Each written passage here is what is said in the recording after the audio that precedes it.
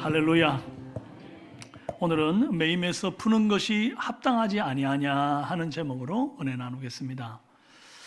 이스라엘은 원래 성전 중심의 신앙생활을 하는 공동체입니다. 그런데 이제 구약 시대에 아수르와 바벨론 포로로 잡혀가서 흩어지게 되니까 이제 성전 중심으로 살 수가 없는 것이죠. 그러나 그들의 신앙의 정체성을 지키기 위해서 유대인들이 모이기만 하면 이제 회당을 지어서 그 회당에서 예배하고 신앙을 교육하면서 그렇게 중심을 두고 살았단 말입니다. 유대인들은 최소 유대인 남자 10명만 모이면 회당 하나를 건축할 수 있는 조건이 충족이 됩니다. 좀 큰 회당은 그 회당을 관리하는 사람들이 한 10명 정도는 되었다고 합니다. 그 중에서 우리 교회로 따지면 부목사님들이나 또 직원들이 있는 것이죠. 그런데 그 중에서 회당장은 이 전체를 통솔하고 질서 있게 관리하는 책임을 맡은 자인 겁니다. 이 회당장의 역할은 그것뿐만이 아닙니다. 율법서와 선지서를 둔 궤를 관리하고 또 예배와 또 기도 순서를 정하고 또 그런 것들을 다 이렇게 진행시키는 일들을 합니다. 그리고 율법서와 선지서를 낭독할 자를 정하기도 하고 안식일에 회중들 가운데서 임의로 선정하여 이 회당장이 선택해서 그날에 설교할 자, 가르칠 자를 택하여 세우기도 하는 그런 중차대한 직임이 있는 것이죠. 유대인들이라면 다들 이 안식일에 회당을 찾아서 신앙생활을 하는 것입니다. 그래서 예수님도 안식일에 회당을 찾아오신 거예요. 10절에 예수께서 안식일에 한 회당에서 가르치실 때에 그랬습니다. 안식일 당일에 회당 예배 예수님이 회중으로 참석했다가 회당장이 젊은 랍비 예수님을 지목해서 오늘 설교해 주십시오 이렇게 세운 거예요. 그런데 설교하려고 딱 예수님이 나와서 보니까 18회 동안이나 귀신 들려 앓으며 꼬꾸라져서 조금도 펴지 못하는 불쌍한 여자가 하나 보이는 겁니다. 그래서 허리가 기역자로 꼬부라져 있는 거예요. 그런데 날 때부터 꼬부라졌다는 말도 없고 노인이라는 말도 없는 것으로 보아서 이제 귀신 들림으로 인한 후천성으로 이렇게 꼬부라져서 조금도 못 펴는 그런 중년의 여성 정도로 이렇게 생각하게 됩니다. 짐작하게 되는 거예요. 여러분, 허리가 꼬부라져서 조금도 펴지 못한다는 거, 이게 얼마나 힘든 일인지 아십니까? 요즘 의술이 얼마나 좋은지 허리가 아프신 분들 어떻게든지 또 수술을 해가지고 펴고 다니세요. 우리 권사님들이나 장로님들이나 이게 연세 많으신 집사님 중에 허리 90도로 꺾여 계신 분은 한 번도 아직까지 못 봤습니다. 그래서 어쩌면 그 고통이나 그 아픔이 피부에 잘 안 와닿을 수 있어요. 근데 저는 너무 잘 압니다. 제가 어릴 때부터 할머니 손에서 컸고 저희 할머니가 경로당에서 별명이 꼬꼬랑 할매였거든요. 그 예전에도 한번 말씀드린 적이 있죠. 길을 갈 때 항상 키 작은 저를, 지금보다 훨씬 키가 작았으니까 키 작은 저의 어깨를 지팡이 삼아서 짚고 이렇게 가시는 거예요. 팔은 이렇게 올라오고 허리는 굽어서 이제 시선은 땅밖에 못 보시는 겁니다. 근데 90도가 아니라 한 100도 정도 꺾여 계셨어요. 그러니까 늘 한 손은 뒤에다가 이렇게 짚고 한 손은 제 어깨를 짚고 그렇게 이렇게 가시다가 이제 너무 힘드니까 중간에 한번 야야 잠깐만 서봐라 그러놓고는 제 어깨 잡은 이 손에 힘을 꽉 주고는 허리를 피는 거예요. 야야야야야야야야야야야야 이러고 또 걷습니다. 그리고 또 가다가 이제 많이도 못 걸어요. 그러고 나면 또 허리가 아프잖아요. 잠깐만 서봐라. 이게 계속 반복이에요. 그러니까 하늘 한번 보는 것이 세상 제일 힘든 일이었습니다. 식사를 삼시세끼 할 때마다 이 통증을 줄이기 위해서 식사 끝나고 나면 꼭 이 사리돈이라고 하는 독한 진통제를 드셨습니다. 저녁이 되면 항상 저한테 뜸 떠달라 그래가지고 온 등에 뜸 자국이 없고 집안에 뜸 냄새가 가시는 날이 없었어요. 그만큼 고통스러운 겁니다. 허리를 못 편다는 것이. 근데 이 여자는 지금 18회 동안이나 허리를 못 펴고 굽어진 채 조금도 못 폈다 그랬어요. 얼마나 힘들겠습니까? 땅만 보고 걷는 인생. 좀 여자로서 맵신하는 옷도 좀 입고 예쁜 옷도 좀 입고 좀 그렇게 좀 살아보고 싶은 마음이 있을 텐데, 이 귀신이 들려 있으니까 나름대로 정신 말짱할 때 정돈하고 옷 입고 나가도요, 귀신이 발작을 일으키면 막 다 헝클어지고 뭐 옷도 매무새가 다 흐트러지고 막 그러는 거죠. 뭘 입어도 꼬부라져 있으니까 볼품이 없는 겁니다. 그러니 대인관계는 또 얼마나 힘들었겠습니까? 이런 여자가 지금 회당에 나와 있습니다. 그런데 말씀을 잘 보면 이 여자가 예수님 나 힘들어요, 귀신 쫓아내주세요, 나 허리 고쳐주세요, 이렇게 뭐 외치거나 뭐 말을 하거나 이런 게 없습니다. 일절 아무 말도 없이 그냥 엎어져 있는데 예수님이 다가오셔가지고 이렇게 고쳐주셔버립니다. 12, 13절에 예수께서 보시고 불러 이르시되 여자여 네가 네 병에서 놓였다 하시고 안수하시니 여자가 곧 펴고 하나님께 영광을 돌리니라. 아무 말도 안 했는데 와서 그냥 고쳐주네요. 웬 떡입니까? 웬 복입니까? 저는 이 여자가 받은 복을 한마디로 이렇게 정의하고 싶습니다. 꼬부라져 있더라도 회당에서 꼬부라져 있는 복. 읽어봅시다. 한 번 더요. 시작. 이거 엄청 중요한 겁니다. 보통은 주님이 사람 고쳐줄 때 그리 안 하셨습니다. 병자들이 막 소리를 지르면서 다윗의 자손 예수의 나를 불쌍히 여기소서 막 따라오거나, 아니면 조용히 뒤로 와가지고 몰래 그 옷자락에라도 손대면 나을 거라고 생각하고 만지거나 뭔가 말을 하거나 믿음의 행동을 해가지고 결국 예수님이 네 믿음이 너를 구원하였으니 평안히 가라, 뭐 이렇게 하는 게 보통 일반적인 패턴이었거든요. 그런데 지금 이 여자는 한마디도 안 했단 말이죠. 도대체 뭘 보고 이 여자를 고쳐주신 걸까요? 여러분, 언어는 소리 언어만 있는 게 아닙니다. 행동 언어라는 것이 있지 않습니까? 이 여자는 무언의 행동으로 그 믿음을 증명하고 있습니다. 그럼 어떤 믿음인가? 고래 심줄보다 질긴 믿음입니다. 읽어봅시다. 네, 18회 동안이나 회당에 나와서 주님의 은총을 구했지만 아무 응답이 없었습니다. 귀신에게 시달리며 속이 시끄러워서 밤잠을 못 이루는데 단 하루도 편한 적이 없었습니다. 그리고 이 18년 동안이나 하나님 앞에 기도했지만, 회당에 나와서 매달렸지만 허리를 단 1cm도 들지 못했습니다. 그럼에도 불구하고 이 여자는 늘 안식일만 되면 회당에 달려 나와서 주 앞에 엎어진 겁니다. 이게 얼마나 큰 믿음은 둘째치고 얼마나 질긴 믿음입니까? 그럼 우리가 하나님 앞에 긍휼을 구하고 기도한다고 1년, 2년, 길면 3년 막 이렇게 기도하는데, 기도하다가 안 되면요, 아이고 교회 나와서 기도해봐야 큰일이네, 그러고는 그만둬버리든지, 아니면 그냥 다른 데로 옮겨버리 신앙을 바꾸든지 막 이렇게 한단 말이에요. 여러분, 오늘 적어도 우리가 이 여자의 질긴 믿음을 좀 본받기를 원합니다. 최소한 18회 정도는 하나님 앞에 매달려 기도해보고 가타부타 말할 수 있는, 좀 뚝심 있는, 끈질김이 있는 그런 영성을 가진 저와 여러분 되시길 바랍니다. 두 번째로, 주위의 따가운 시선, 부끄러움을 무릅쓰고 주 앞에 나온 믿음입니다. 읽어봅시다.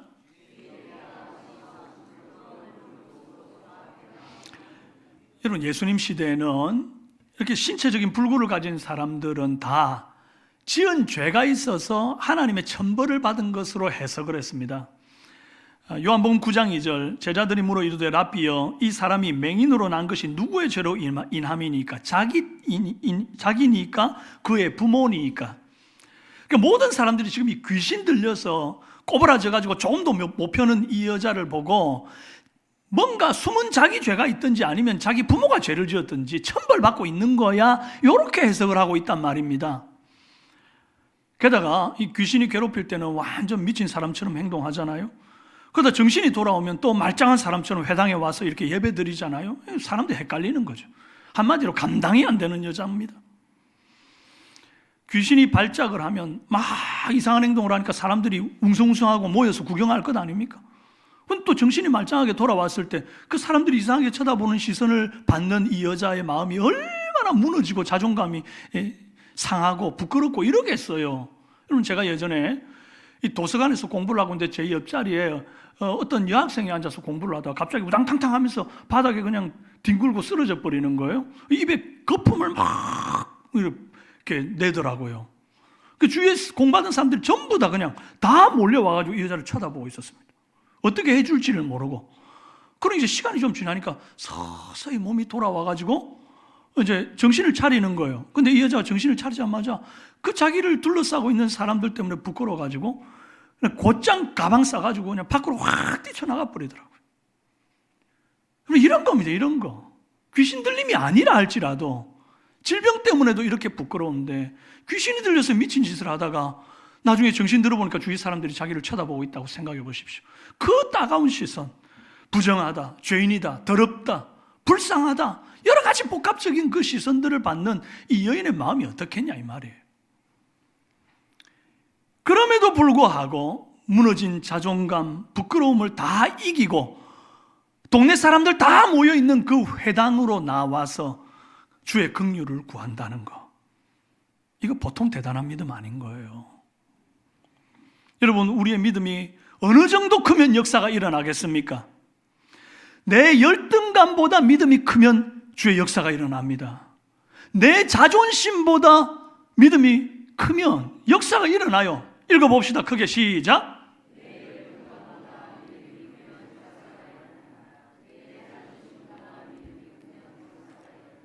네, 이겁니다. 이거 열등감 때문에 사람들 모여있는 교회 못 나가겠다, 그래서 문제고, 자존심 때문에 내가 하나님 앞에 정말 부끄러워서 나아가지를 못하겠다, 사람들 앞에 못 나가겠다, 그래서 이걸 못 이겨서 또한 문제가 되는 것이죠.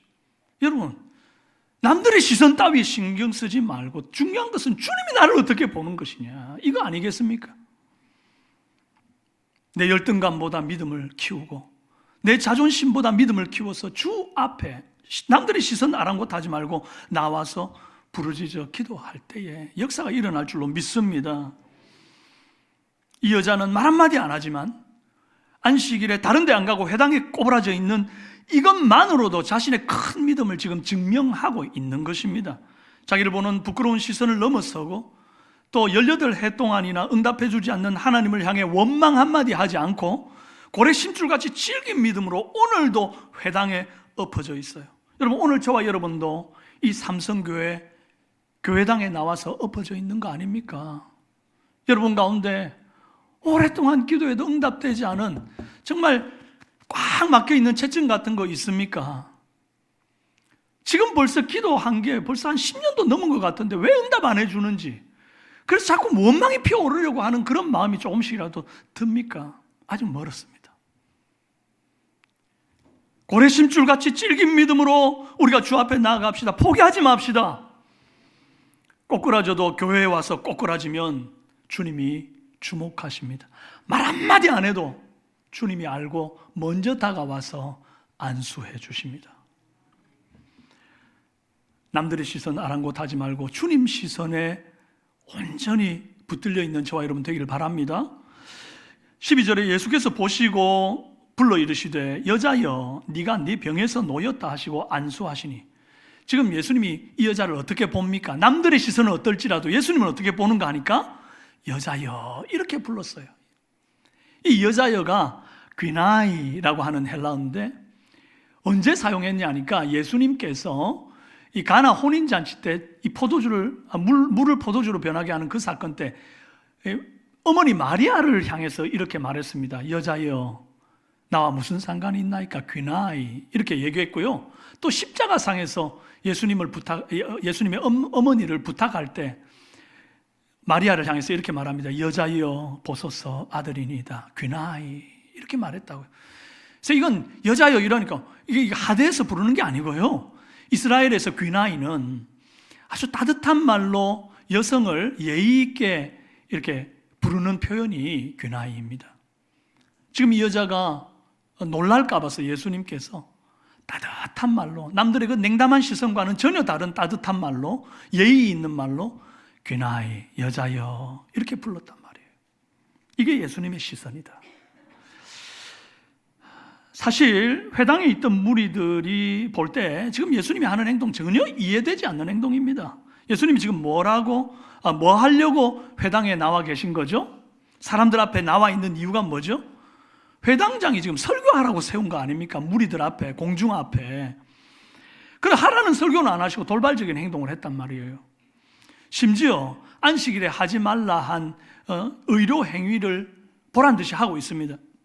그리고 그냥 말씀만으로 고쳐도 되는데 굳이 나아가서 그 여자에게 안수하여 그렇게 고치셨단 말이에요. 이래 되니 회당장이 막 열을 받는 거예요. 여러분, 제가 설교를 하다 말고 그냥 내려가가지고 한 분한테 안수 기도한다고 생각해 보세요. 다들 지금 말씀 듣고 있는 중에서 뭐 얼마나 이게 이상하게 보이겠습니까? 제가 얼마나 또 한편으로 다수를 생각지 않는 사람처럼 보이겠습니까? 근데 예수님은 지금 그 어떤 것보다도 이 여자의 회복을 마음에 두고 계시고 그 여인 하나를 사랑하는 마음으로 이렇게 지금 나아가고 있습니다. 회당장이 열받아가지고 막 한 소리 하면서 14절 회당장이 예수께서 안식일에 병 고치는 것을 분내어 무리에게 이르되 일할 날이 엿새가 있으니 그동안에 와서 고침 받을 것이요 안식일에는 하지 말 것이니라. 톤이 얼마나 높아졌을지 한번 생각해 보십시오. 예수님한테 혼을 내기는 좀 그렇고 그 여자한테, 힘도 없는 그 여자, 지금 엎어져 고침을 받은 그 여자한테 회복될 것 같아. 고침 받고 싶으면 평일날 하지, 이게 주일날, 안식일날 뭐 하는 짓이냐, 막 이렇게 소리를 치고 있는 거예요. 회당장은 지금 두 가지 일 때문에 흥분하고 있습니다. 하나는 내가 책임을 지고 있는, 내가 질서 있게 운영하고 있는 이 회당에서 그렇게 질서 있게 예배를 드리고 질서 있게 설교자를 세워놨더니 이 사람이 이 질서를 다 깨고 앉았네? 그럼 이제 사람들이 누구를 탓하겠습니까? 회당장이 똑바로 안 했다고 손가락질할 걸 생각하니까 자신의 위신이 떨어질 걸 생각해서 지금 열을 받습니다. 또 하나, 이 젊은 랍비가 겁도 없이 지금 안식일에 의로 행위를 했단 말이에요. 그래서 따끔하게 혼을 내주고 싶은 이 나이 많은 장로의 마음인 겁니다. 이 사람이 지금.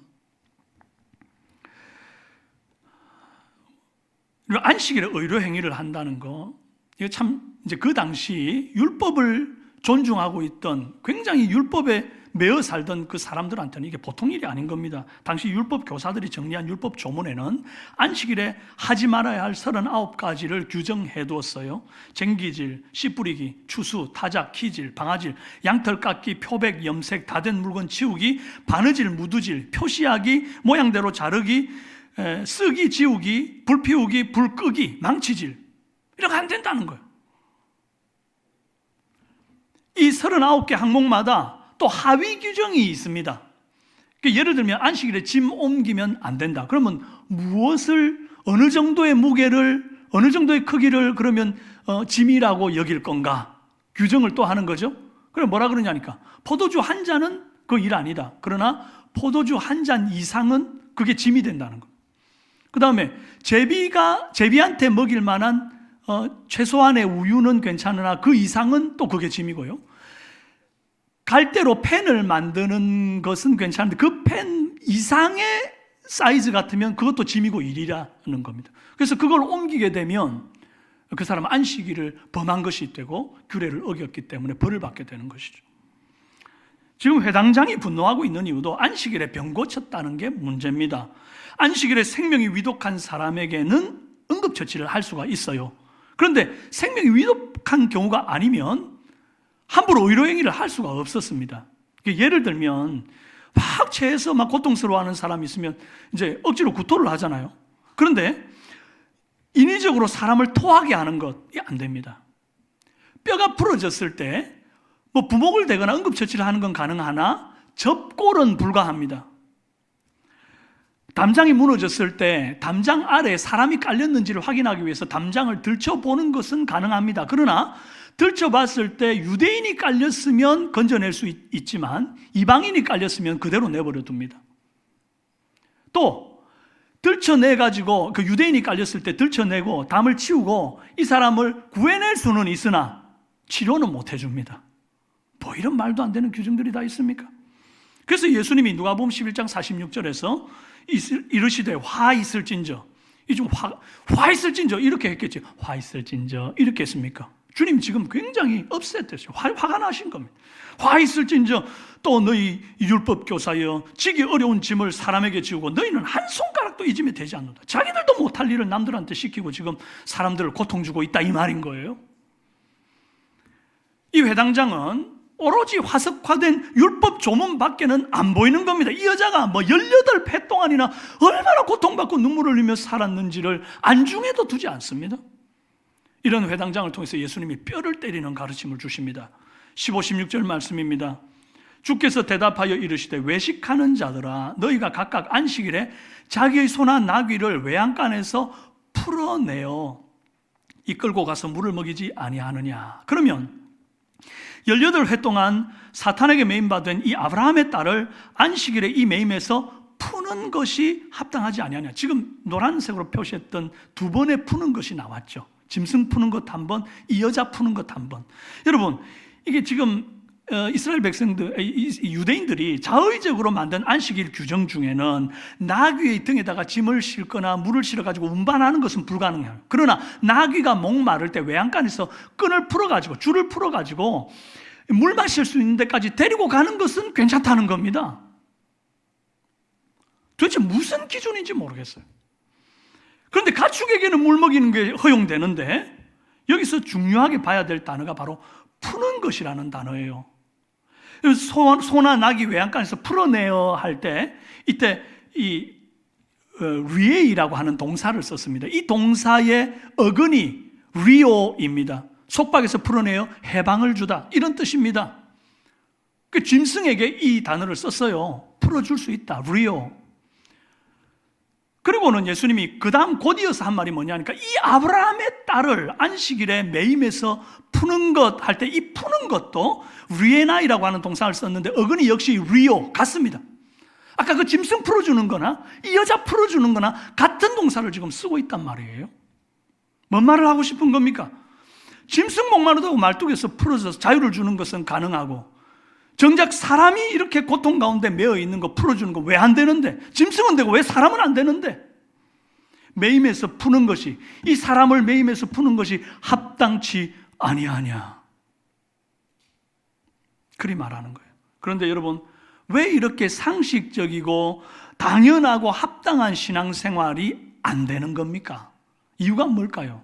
굉장히 간단한 이유가 있는데 이 여자가 내 딸이 아니기 때문입니다. 읽어봅시다.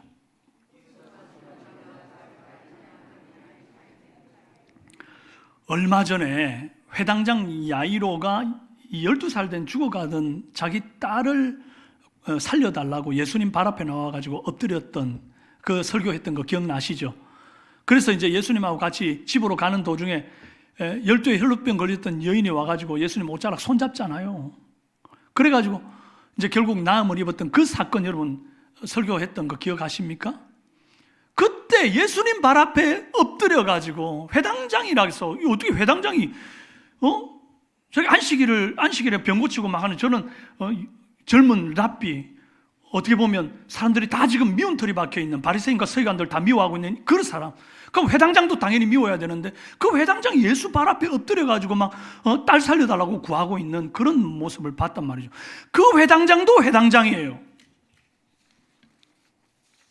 오늘 예수님께 화를 내면서 안식일에 뭐 하는 짓이냐고 그렇게 화를 내고 있는 회당장도 회당장입니다. 도대체 이 두 사람은 똑같은 회당장인데 뭐가 달라서 이렇게 병자를 대하는 온도의 차이가 크게 다르냐 이 말입니다. 그것이 바로 다른 이유가 아니라 고침받은 여자가 자기 딸이냐 아니냐의 차이 때문이에요. 다시 한번 15, 16절 함께 한번 읽어볼까요? 시작. 주께서 대답하여 이르시되 외식하는 자들아 너희가 각각 안식일에 자기의 소나 나귀를 외양간에서 풀어내어 이끌고 가서 물을 먹이지 아니하느냐. 그러면 18해 동안 사탄에게 매임받은 이 아브라함의 딸을 안식일에 이 매임에서 푸는 것이 합당하지 아니하냐. 이번에 제가 강조점을 준 노란색 친 부분은 이겁니다. 자기의 소나 낙이라면, 남의 소나 낙이는 아니에요. 자기의 소나 낙이니까 내 소나 낙이가 목마른 거 끔 풀어서 물 먹게 해줘야지. 그거예요, 그거.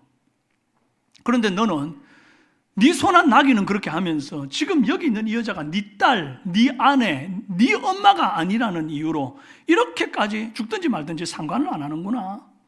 자기 소유라면 짐승 한 마리도 손해볼 줄 모르는 인간들이 회당에서 매일 이렇게 회장에서 매주 만나는 이 불쌍한 여인을 보고도 남일이라고 거들떠도 보지 않는구나.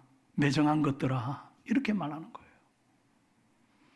아니, 이 여자가 네 딸이었어도 안식일에 왜 내 딸을 고쳐줍니까? 라고 나한테 따질 거냐? 이 여자가 네 아내라도 예수님 안식일에 왜 내 아내를 고쳐줘요? 라고 따질 거냐? 그랬다가는 아내한테 그냥 뼈도 못 추리죠. 근데 이때 예수님 하시는 말씀이 놀라운 반전이 있습니다. 너희들이 홀대하는 이 여자가 사실은 아브라함의 딸이다 선포하시는 겁니다. 이 회당에 있던 모든 사람들이 다 이 여자를 아브라함의 딸이라고 한 번도 생각해 본 적이 없습니다. 왜냐하니까 이 아브라함의 자손이라는 말은 굉장히 자긍심 있는 표현이에요. 내가 하나님의 택한 선민이다. 하나님이 주신 율법을 나는 준수하며 살고 그래서 아브라함의 품에 안길 천국에 갈 백성이야. 그렇게 자기 자신을 나는 아브라함의 자손이야 이렇게 당당하게 말할 때 쓴다고요. 근데 이 자기 죄 때문에 혹은 부모의 죄 때문에 지금 이렇게 귀신 들리고 오랫동안 고통받는 이 여자는 아브라함의 자손이라고 생각해 본 적이 없는 거예요. 심지어 자기 집에 낙이나 소보다도 못한 사람 취급을 해왔단 말이에요. 그래서 이 여자가 고침을 받았는데 분을 내는 겁니다. 회당의 미관을 해치는 볼품없는 여자, 그 정도로 생각했던 여자예요. 이 회당장도 나름대로 회당에 질서 잡겠다고 한 행동이었을 겁니다. 설교 시간에는 설교에만 집중해야지 왜 딴짓을 하느냐 이 말이죠. 안식일 규정대로 하지 왜 율법을 어겨서 이렇게 안식일에 질서를 어지럽히냐 이 말이죠. 그런데 예수님은 질서보다도 율법의 어떤 조문보다도 자유와 영혼 구원이 더 중요한 분입니다. 그리고 율법의 본질을 놓치고 있는 그들에게 율법의 본질이 참 사랑이라는 것을 지금 웅변하고 계시는 거예요. 껍데기만 붙들고 있는 그들, 율법 나부랭이를 붙들고 있는 그들을 향해서 꾸짖고 계신 거란 말이에요. 여러분, 교회에도 질서가 있죠. 그러나 그것보다 우선되는 것은 한 영혼을 향한 사랑입니다. 주차하는데도 주차 요원의 지도를 따라야 합니다. 제가 대전에서 사역을 할 때에 이 주차 요원하고 주차하는 성도하고 싸워가지고 그분이 교회를 그냥 나가버린 경우가 있었어요. 무슨 일인가 이렇게 자초지종을 알아봤더니 주차 요원은 워낙 이제 성도들이 차들이 이제 팍팍하게 밀려드니까 항상 이게 안쪽부터 이렇게 돼가지고 차근차근 이렇게 해야 질서 있게 많은 차들을 댈 거라고 해서 이제 그렇게 하는 거죠. 그랬더니 이분은 그렇게 깊이 들어가 있으면 나올 때 너무 힘들고 더디한다. 자기는 예배 끝나자마자 빨리 가고 싶다고 문 앞에 대고자 하는 겁니다. 그래서 이것 때문에 서로 옥신각신 하는데 양보가 없는 거죠. 그랬더니 에이! 하고 그냥 나가버렸대요. 그분이 직분자였습니다. 그러면 교회를 안 왔어요. 그뿐이 아닙니다.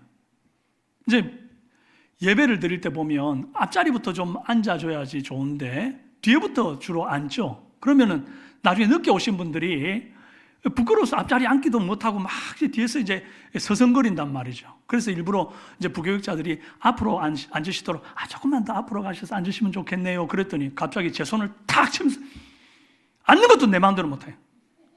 그래 에이! 이러고는 나가셨어요. 그러고는 교회를 떠났습니다. 직분자였습니다. 직분자. 여러분, 회당장이면 뭐합니까? 직분이 높으면 뭐합니까? 교회 오래 다닌 거, 성경 많이 읽은 거, 예배 잘 드린 거, 뭐 교회 생리에 바삭한 거, 그거 다 무슨 소용이 있습니까? 서로 사랑하지 않는데. 사랑함이 없으면 하나님을 알지도 못했다 했는데 한 영혼 한 영혼을 아브라함의 딸로 동등하게 보고 사랑으로 대하는 것이 우리 주 예수님의 마음이고 복음의 본질이고 율법의 완성인 줄로 믿습니다.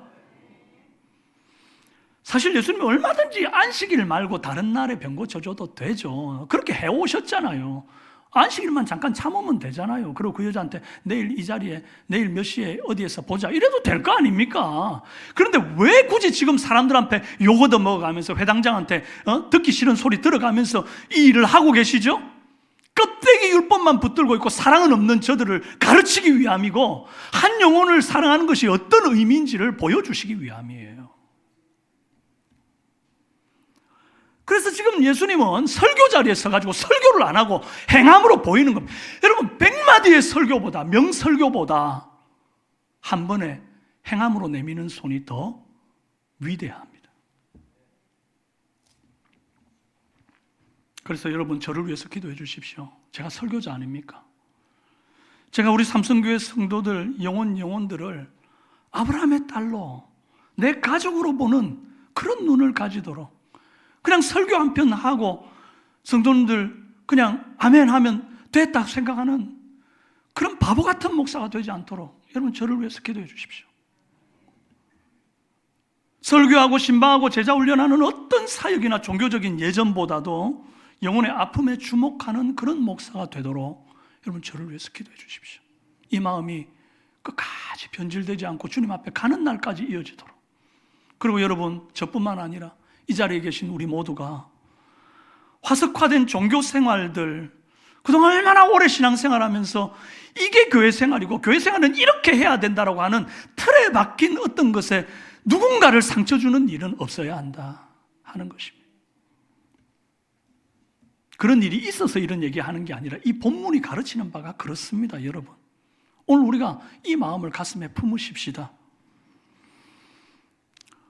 화석화된 종교생활에서 눈을 들려 주위를 돌아보십시오. 혹 아무 말도 못하고 꼬부라져서 이렇게 교회 와서 엎어져 있는 가슴 아픈 영혼은 없는지, 방치된 영혼이 없도록 우리가 먼저 알아보고 다가가서 예수님처럼 손 내밀어 만지는 은혜 있기를 바랍니다. 여러분의 목장이 그리 되길 바라고, 여러분이 가르치는 주일학교 아이들 가운데 혹시나 그렇게 꼬부라져서 말 한마디 못하고 주저앉아 있는 영혼들이 다가가시길 바랍니다. 여러분 아픔이 있고 어려움이 있으면 다른 데 기웃거리지 말고 몸된 교회로 달려오십시오. 꼬부라져도 어디에서 꼬부라져 있어야 된다고요? 회당이라면 안 되죠. 회당은 구약에나 있던 거고. 꼬부라져 있어도 어디에서 꼬부라져 있어야 돼요? 교회. 어느 교회? 삼성교회. 다시 한번 목장 식구들에게 우리 교회 비번을 다 알려드릴 테니까 들어올 때 비번 누르고 누구라도 들어오셔서 하나님 앞에 엎드려서 기도하십시오. 기도가 죽은 교회는 소망이 없습니다. 여러분 우리가 그렇게 말도 못하고 꼬부라져 있으면요 우리 주님이 외면 안 합니다. 아무 말도 안 했는데 주님은 우리를 주목하시고 먼저 다가오셔서 우리를 어루만지실 겁니다. 할렐루야. 그리고 내가 그런 사람 되길 원하고 또 그런 사람이 보일 때 내가 먼저 예수님처럼 다가가 손 내미는 참 사랑으로 함께 하나님께 영광을 돌리는 우리 모든 삼성의 식구들 되기를 주님의 이름으로 축원합니다.